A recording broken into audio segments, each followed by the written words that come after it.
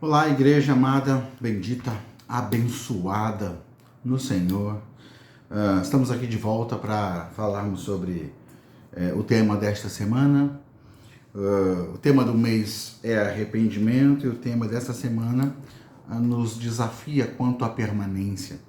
Nós temos tratado sobre arrependimento e entendido que arrependimento é mais do que uma tristeza, um remorso, né? Envolve tristeza, envolve uma angústia quando percebemos que estávamos assumindo um caminho que ofendia a santidade de Deus, entristecia o Senhor, e Deus nos desafia a voltarmos, nos desafia a assumirmos uma nova postura, um novo posicionamento, uma tomada de decisão que envolve dar uma virada aí de 180 graus, né? Íamos numa direção, seguimos agora em outra direção. Isso é sempre um desafio e a gente tem entendido nessas semanas o que representa de fato essa tomada de decisão, esse posicionamento, para onde ele nos leva no Senhor, né? Então a gente reconheceu primeira semana que é uma tristeza, que é uma comoção interior, que é um impacto da palavra sobre as nossas vidas, nos levando à tristeza sim, nos levando à angústia sim, para gerar um posicionamento, né? E hoje nós vamos falar sobre o arrependimento e a permanência. Arrependimento e maturidade, né?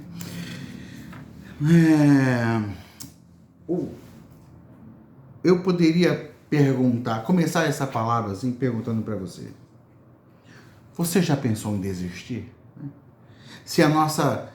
Nós podemos exemplificar ou ilustrar a vida cristã com uma ideia de um caminho, com uma ideia de uma estrada, eu poderia perguntar aqui, nesse caminho, né? Nessa trajetória de vida que você tem vivenciado até aqui, no Evangelho, no reino de Cristo Jesus, você já pensou em desistir? Essa é uma pergunta que é importante, que define o grau de envolvimento que a gente tem efetivamente com o Evangelho de Cristo Jesus.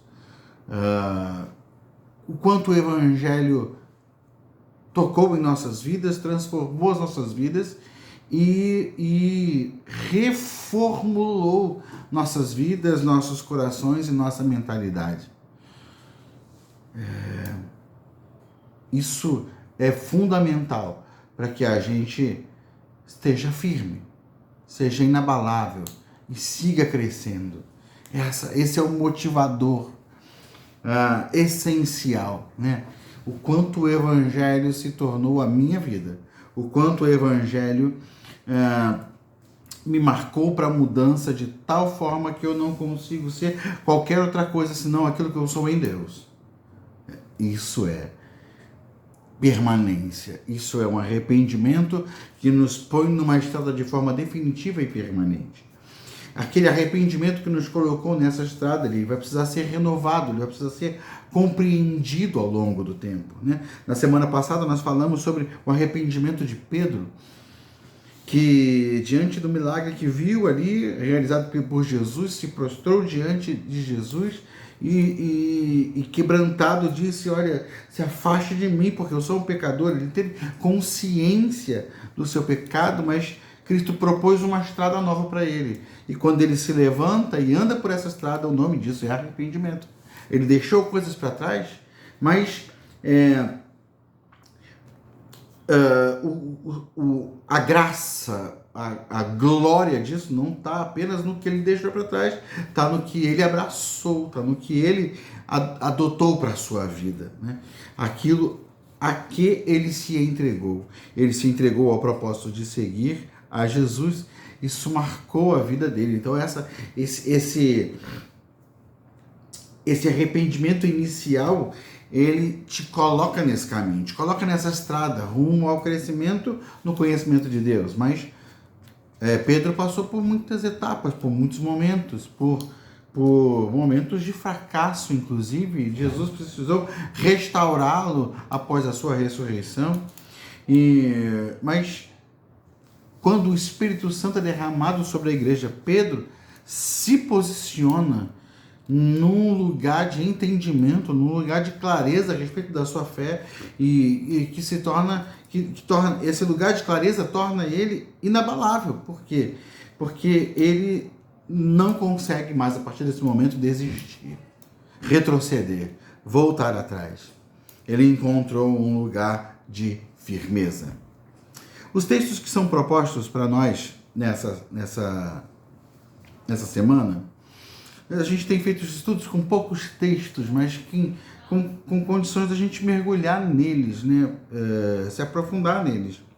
O texto de Hebreus capítulo 6, versos 1 e 2, diz assim: portanto, deixemos de lado os ensinamentos básicos a respeito de Cristo e sigamos em frente, alcançando a maturidade em nosso entendimento. Certamente não precisamos lançar novamente os alicerces, ou seja, o arrependimento das obras mortas, a fé em Deus, o batismo, a imposição de mãos, a ressurreição dos mortos e o julgamento eterno. Precisamos lançar esses fundamentos de novo? Sigamos em frente, rumo ao crescimento, rumo à maturidade. Deixa eu contextualizar um pouco para vocês a carta aos Hebreus. Em outro momento, a gente também mencionou a carta aos Hebreus aqui e eu contextualizei assim, mas deixa eu repetir de forma sucinta o que está acontecendo ali na carta aos Hebreus. O escritor aos Hebreus, que nós não sabemos quem foi, está escrevendo aos judeus convertidos que estão na diáspora, né? Há uma diáspora que acontece em função da perseguição. Com a morte de Estevão, uma perseguição terrível aconteceu e os crentes se espalharam por toda parte. A partir daí, as perseguições continuaram acontecendo. Paulo lidou com várias perseguições pessoalmente, e tantos outros apóstolos e discípulos lidaram com perseguições oriundas, né, dos judeus que habitavam nas cidades para onde eles foram pregar, mas oriunda do próprio contexto social. Por exemplo, Paulo em Éfeso sofreu na mão dos artífices, né? Os artífices iniciaram um tumulto contra Paulo. Por quê? Porque um avivamento tão poderoso aconteceu em Éfeso que as pessoas que eram envolvidas com feitiçaria, com bruxaria, levaram seus livros de magia para serem queimados. Eles foram queimados, a pilha de livros foi enorme, absurda. Muitas pessoas se convertendo, se entregando a Jesus, e isso abalou a cidade, abalou a estrutura econômica da cidade. E muito da economia da cidade estava fundamentada na venda de estatuetas, imagens e coisas referente ao culto de Ártemis ou Diana, né? Então, eles estavam perdendo dinheiro, os artífices estavam perdendo dinheiro na cidade, porque os seus elementos, né? As estatuetazinhas, né, as coisas que eram confeccionadas por ele para adoração, aqueles deuses, aquela deusa, estavam caindo em desuso, não estavam sendo procuradas. E aí o comércio deles foi enfraquecendo e ele criou um tumulto contra Paulo por causa disso. Ou seja, há um espírito que é contra a proclamação do evangelho e usa qualquer coisa para gerar perseguição. E aí, nessas perseguições, muita gente sofreu, muitas vidas foram perdidas e muitas situações dramáticas aconteceram. E muitos crentes precisaram se espalhar, fugir para outros lugares. E aí, nesse processo de fuga, nesse processo de se esconder, nesse processo de deixar para trás a vida que estavam acostumados, alguns desanimaram. E muitos estavam pensando em voltar ao judaísmo, porque, afinal de contas, Jesus foi judeu, Jesus veio do judaísmo, e aí, enfim, o que Jesus prega, vamos dizer assim, é uma ampliação daquilo. Talvez eles tivessem tentado pensar dessa forma. E aí falaram assim, olha, para a gente preservar a nossa vida, vamos fazer o seguinte, vamos voltar. Vamos ser judeu, e a gente guarda no coração, de alguma forma, sei lá, a fé em Jesus Cristo, mas a gente volta e se adequa de novo ao judaísmo para se livrar da tribulação, e vamos vendo o que vai dar. E aí o autor de Hebreus, de forma linda, porque a carta aos Hebreus é maravilhosa, impressionante, é belíssima, de uma forma linda e muito clara, ele mostra, não há como voltar ao judaísmo, porque o que Jesus encerrou aquela história. O judaísmo não é uma opção. O judaísmo não tem mais que existir, porque houve uma transição. O judaísmo foi avançando até chegar no momento em que Cristo cumpre todas as coisas e abre novas portas, e são nessas novas portas que a gente tem que entrar, essa nova vida, essa nova proposta de entendimento a respeito de Deus. Então, o judaísmo, vamos dizer assim, evoluiu para o cristianismo. Ele não tem que existir mais. Quando ele existe ainda, é porque ele está rejeitando o Cristo Jesus. Ou seja, ele está sendo alguma outra coisa, mas não é mais uma religião ou uma fé que coopera com o plano e com o propósito de Deus. Então, o autor de Hebreus vai provando isso, vai mostrando isso. Só que em alguns momentos ele percebe que ele não tem como aprofundar algumas questões. Por quê? Porque os cristãos, alguns, ou esses cristãos para que ele está escrevendo, não amadureceram, não avançaram em sua fé.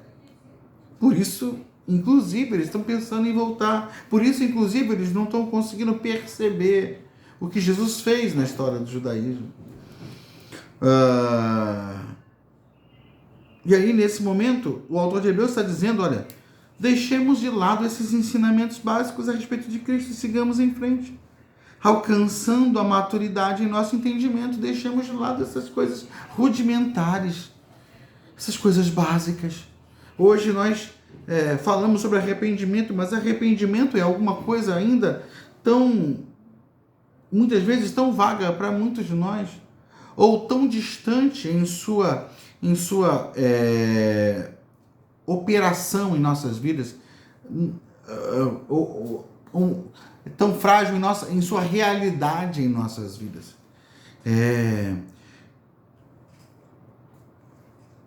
Volto àquela pergunta que eu fiz no início. Você já pensou em desistir? Se a gente pensa em desistir, é porque talvez o nosso arrependimento tenha sido muito frágil, ou não existiu de fato. Talvez a gente tenha sido envolvido por um ambiente de graça, de alegria, de bênçãos, mas quando a situação aperta, a gente, vai embora. Jesus era seguido e apertado por multidões que queriam ouvir o que ele falava, queriam ver o que ele fazia, e em determinado momento Jesus questionou a motivação do coração daquelas pessoas que iam atrás dele, e falou coisas graves, falou coisas sérias a respeito dele ser o pão, e sua carne precisar ser comida por aqueles que seguem a ele. Enfim, foi um discurso complicado, um discurso denso, e no meio daquele discurso, as pessoas que tinham acabado de ver milagres, tinham acabado de ser tocadas pela glória de Deus, pararam e falaram, não, passou dos limites, daqui a gente não vai, esse discurso é muito duro para nós, e siga o seu caminho, nós vamos por aqui. Uma multidão de discípulos, a multidão de seguidores que estavam ali, foi embora. Os 12 discípulos ficaram e Jesus perguntou para eles, e vocês não vão? E aí Pedro disse, para onde iremos nós? Só tu tens palavras de vida eterna. Às vezes o discurso é duro e a gente pensa em desistir. Às vezes o desafio de amar ao Senhor, independente das circunstâncias, representa um duro discurso, um chamado difícil de vivenciar na cabeça de algumas pessoas. E aí as pessoas desistem. Mas Pedro, com tudo que sofreu, com tudo que apanhou nas suas experiências, ele permaneceu. Negou a Jesus, talvez tivesse pensado, está tudo perdido, eu falhei, fracassei, mas na ressurreição ele foi restaurado e seguiu dizendo, eis-me aqui. Em momentos de força, em momentos de fraqueza, ele seguiu dizendo, eis-me aqui, porque tem uma coisa, quando Jesus entra na nossa vida, quando ele marca a nossa história, não há outra coisa para sermos, não há outra coisa para vivermos, não há outra realidade para conhecermos. E aí nós precisamos questionar quem somos a partir do encontro com Jesus. Quem nos tornamos? Há como abandonar isso? Recentemente em nossa igreja nós ouvimos testemunhos fortes sobre a igreja perseguida. E que testemunho maravilhoso daqueles irmãos e irmãs que sofrem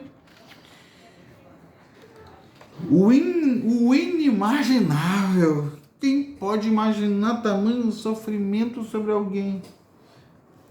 A pessoa que, humanamente falando, não tem culpa nenhuma, porque não cometeu crime nenhum, mas amar a Jesus é o crime dela. E com tudo que ela passa, ela permanece amando Jesus, firme, inabalável.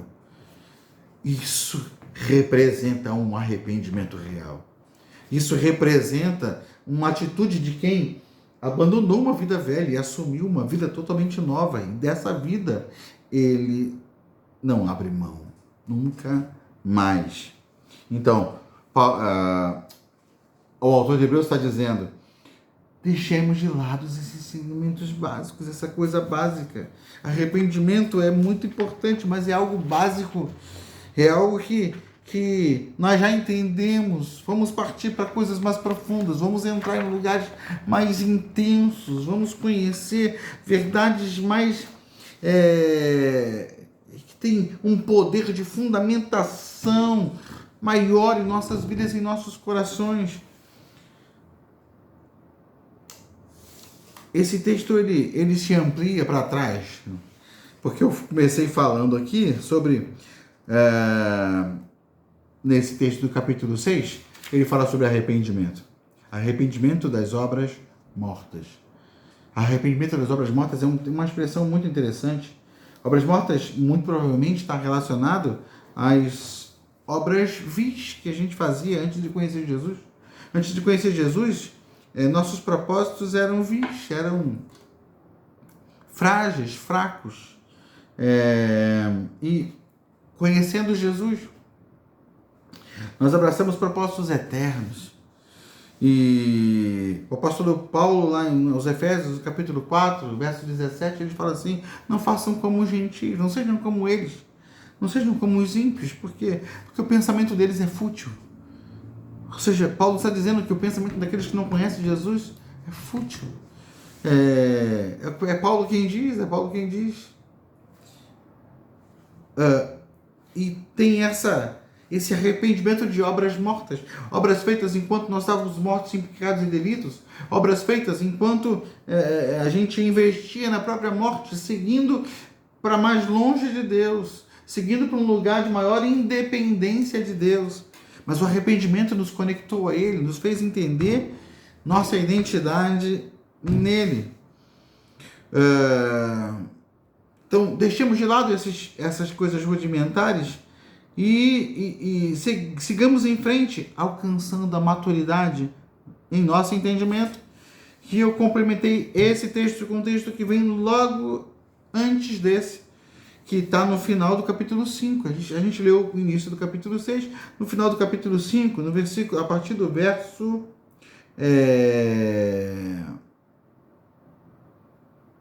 12. Na verdade, 11, tá? Precisamos corrigir isso aqui. Então, você que ouviu o vídeo, corrija isso. Não é a partir do verso 12, é a partir do verso 11. no texto aqui do estudo tá 12, mas é a partir do verso 11. Diz assim: quanto a isso, temos muito o que dizer, coisas difíceis de explicar, porque vocês se tornaram lentos para aprender.